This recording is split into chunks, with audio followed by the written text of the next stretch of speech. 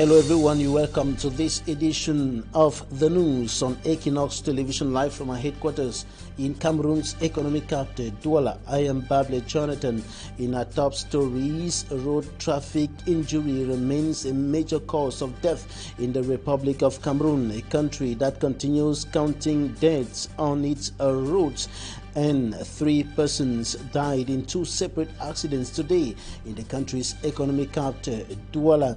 And out of the country, the United States of America decides to cut hundreds of troops in African countries as it focuses on countering challenges and threats from Russia and China.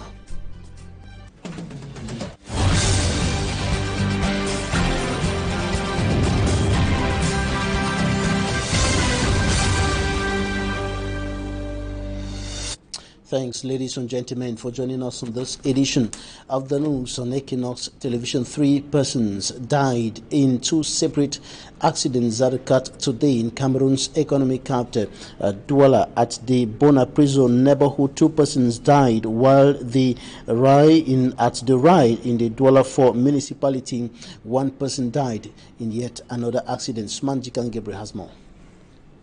A commercial motorcycle shattered beneath a lorry. A taxi destroyed after a collision.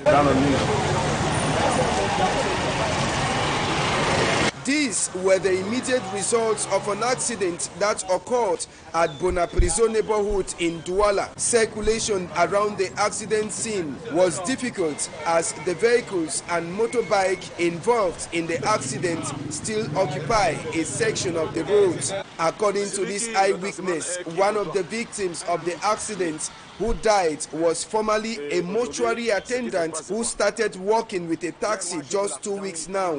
Apart from the taxi driver who died at the Lakentini hospital, the other person who died as a result of the accident was the driver of the commercial motorcycle. The accident has been blamed on overspeed and the non-respect for road signs.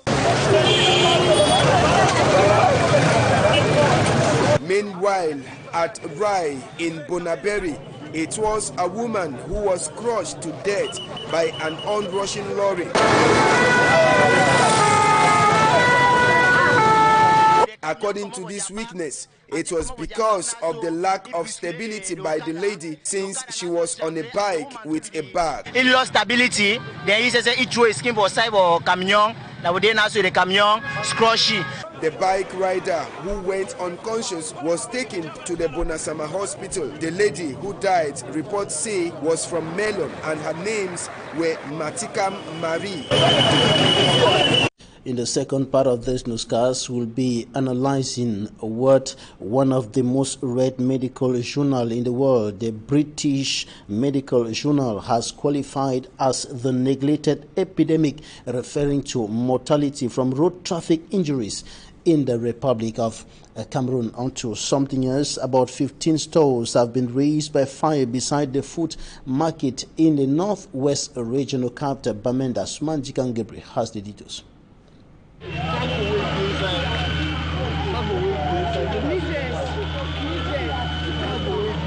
It was a Black Friday for traders doing business beside the food market in Bamenda, northwest region of Cameroon.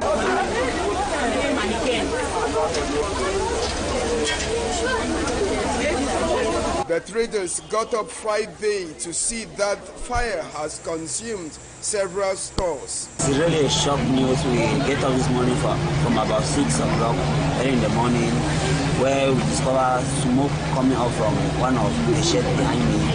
And when we started, we struggled to call the fire brigade. The lines were not really going through, but later it got through and they said they're on their way coming. And later I was trying to see how it has started blocking some of the stores. We just discover at the middle, because that is a current this thing that have been connected, that current have just sparked. At the middle, we just discover flame of fire, and we struggle to see how we can start moving the other thing. But we just thank God that there's no major loss of human beings, but only items that have been missing. A total of about 15 stores were alleged to have been consumed by the inferno. The battle put up by the Army Rescue Unit, led by Warrant Officer Taku Paul, enabled the flames to be controlled from spreading to other stores. The major problem faced by the Army Rescue Unit was the inaccessibility of water, reasons why they have to connect their pipes at long distance to tap water. Though no lives were lost, the flames caused enormous damages to business persons who were trading beside the food market. The flame, sources say, was caused by an electric cable that might have been wrongly connected. Security was highly beefed up at the incident site by Commander Ebonki Albert of the Gendarmerie unit. Health officials in the littoral region of Cameroun have urged inhabitants of Lum in the Mongo division to get rid of pesticide containers that they are using in their homes, and this was during a sensitization campaign aimed at discouraging the inhabitants of Lum from using the pesticide containers to store water, oil, and other liquids that they use for consumption. Details in this report by Equinoxe. The use of pesticide containers in Lum in the Mongo division of the littoral region by the population for storing vegetable oil and some food items is growing at an alarming rate. Phytosanitary personnel in the littoral region who organized a sensitization meeting in Lum have strongly condemned the persistent use or exposure of these pesticide containers. Farmers are held responsible for these. When these farmers buy their chemicals from the market, they take to the farm and they use it, they throw it carelessly. Some enter the water, drinkable water that people carry from the lower part of the stream and drink it. And then some use these waste containers to light fire. Some use the containers to carry drinking water. Even the tappers, they use this container to put palm wine. Phytosanitary personnel educate that women who lit fire with these pesticide containers end up inhaling the toxic smoke, which intoxicates the system. A pregnant woman, they note, will give birth to a child with some deformities. Congénitales, parfois les enfants avec 6 doigts ou bien 2 têtes. Households have been urged to bring out such pesticide containers from their homes for incineration. We recommend the best strategy at the level of their farms. They should have all the motivation to bring out all empty pesticide containers because they are dangerous to the environment and they are also dangerous to their own health. The struggle for the eradication of these toxic containers for storing water, oil, palm wine, and some foodstuff is not just that of phytosanitary officials. With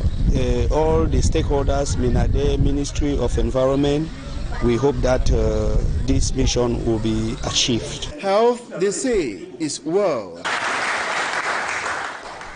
Members of Cameroon's lower house of parliament will begin examining the 2019 finance bill tomorrow at the ongoing November session of parliament. The members of parliament have been drilled on the new rules of examination and adoption of the state budget. They sat through a seminar getting them acquainted with the new rules. For greater details, here's an extract of the Director General of Budget at the Ministry of Finance. Take a listen. First of all, we have to appreciate the level of income and the resources and the charges, so that we appreciate the level of the deficit before we discuss with the mean to give to the administrations. First of all, we discuss on the relation between the resources and the charges of the state before we give the means to the administration. Formally, we discuss. We start with the means to give to the administration, and it was not so good. So the new financial regime stipulated that we have to first of all emphasize on the relationship between the means and the charges before we give that resources to the administration. And in sports, the under-23 Indomitable Lions of the Republic of Cameroon have defeated the under-23 squad of Chad 3-0 within the context of their first 2019 African under-23 Cup of Nations qualification played today at the Amadou Ahidjo Stadium in the nation's political capital, Yaoundé. The first goal was scored at the first half. That was through a penalty shootout, and the other two goals were scored in the second half of the game. The return leg will be played in Jamina, Chad, and the Indomitable Lions of Cameroon will be playing against Morocco today within the context of qualifications for the 2019 Africa Cup of Nations. The encounter between the Indomitable Lions of Cameroon and Morocco will kickstart at 8 p.m. And that's it for the first part of this newscast. Coming up next, Talking Point.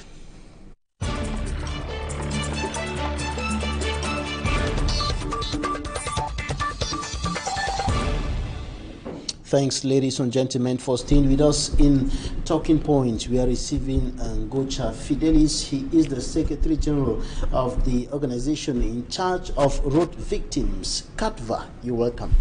Yeah, it's a pleasure to be here again once more. Now, we're talking about road victims or victims of road accidents ahead of the World Day for remembrance of road traffic accidents that will be coming up on Sunday.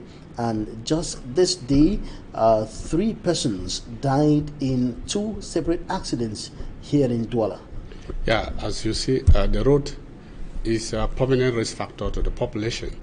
Every day, people get injured on the road, people died on the road, not only in Cameroon, but in the world at large. And that is why in 1995, a European Federation for Road Victims created the World Day for remembrance of road victims. And they celebrated it alone up to about 2000, where the Pope and other leaders in the Catholic joined their federation and proclaimed the 3rd Sunday of November each year as the World Day for Remembrance for Road Victims. And it was adopted by the UN General Assembly in 2005. And so today is not only associations celebrating the day, but they're not celebrating, they're commemorating, because it is a day to call political leaders, to call decision makers to understand the fact that the road is a permanent risk factor to the population, and there are strategies and policies that need to be put in place to ensure that people move safely on the road without being injured nor being killed. And one of the most read medical journal in the world, the British Medical Journal, BMG, has indicated that road accidents, or in other words, road traffic injuries, remain a major cause of death in Cameroon.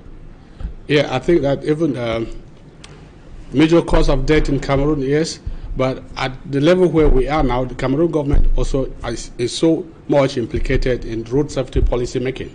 Since the visit of the UN Special Envoy for Road Safety in Cameroon last August, there are a lot of strategies and programs, even laws that are being propagated to be passed, so that maybe in the years ahead, better policies and strategies on road safety will be developed and implemented to ensure that the rate of which Cameroonians are being injured or dying on the road be reduced. And talking about the rate, where are we situated as far as Cameroon is concerned? Actually, for this 2018, I can say that it is not high as the previous years, but I don't have the real statistics.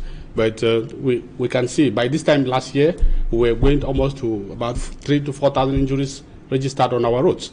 But this time we are lesser than that, which means that there are some good and impressive steps that the government and the civil society in general is taking to ensure that our roads become more and more safer. but more efforts needs to be done. Because while efforts have been done, like you're indicated, by government and even NGOs like CADVA, there are still many accidents that are recorded every day within the town of Douala, within other major cities where the traffic is dense, and on highways across the country. What explains this? Yeah, effectively, as I say, efforts have been made. The efforts have been made in terms of policies and laws. So it is not yet physical for the people to see. No, law projects to be put into law, passed into the assembly, it takes some time. And I can, as I speak from here, I know and I can certify that the government is in the process of putting in place a national road safety agency.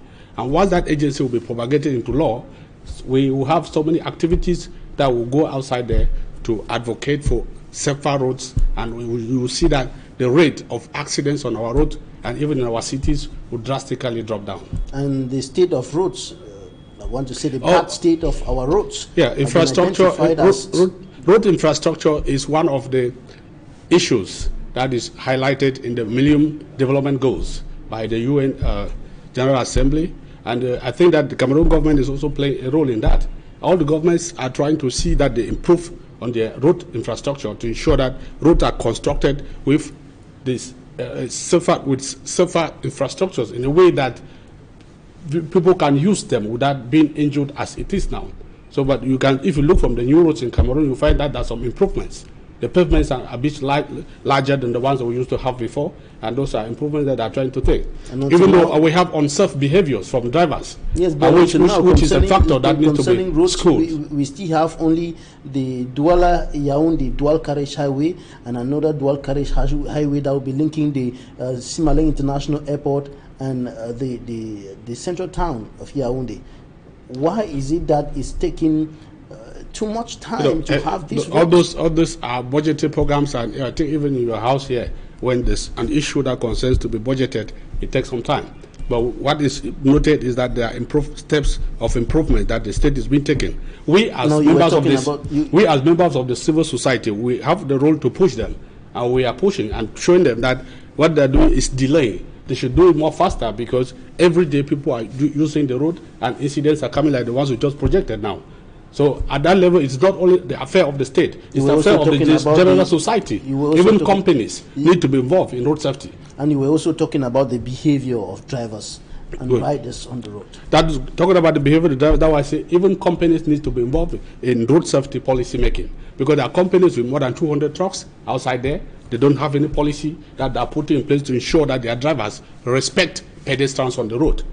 And then also the advent of the motorbike is another very big risk factor. People are just buying bikes and going to the road with no knowledge of road usage, no knowledge of road safety. So it is causing a lot of problems. And these are behavioral areas that need to be redressed, and by both the civil society, organizations, companies, NGOs, and the government.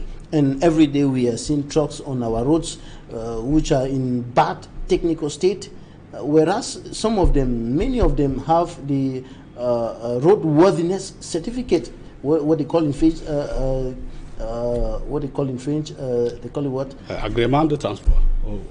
No, not the roadworthiness certificate that enables them to ply the roads. But yeah, to use the road. That is why I'm saying that there are policies in place where the government is going to put to ensure that each company with a certain number of trucks need to have a road safety policy making in the administrative system.